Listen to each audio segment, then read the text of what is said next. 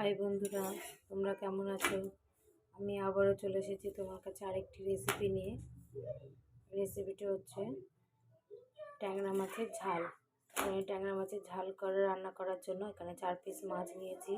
সেটাকে নুন হলুদ দিয়ে ভালো করে মাখিয়ে ভেজে নিয়েছি। এবার ভেজে রেখে কড়াইতে তেল দিয়ে এবার আমি কালো জিরে দিয়ে দেবো। তার মধ্যে বেটে রাখা কাঁচা লঙ্কা, সর্ষে, নুন, হলুদ, জিরের গুঁড়ো দিয়ে ভালো করে মশলাটাকে কষিয়ে নেব। আর কিছুটা টমেটো দিয়েছি।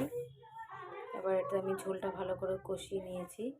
ঝোলটা কষানো হয়ে গেলে ঝোলটা ফুটে ওঠা মাত্রই মাছটাকে দিয়ে দেবো।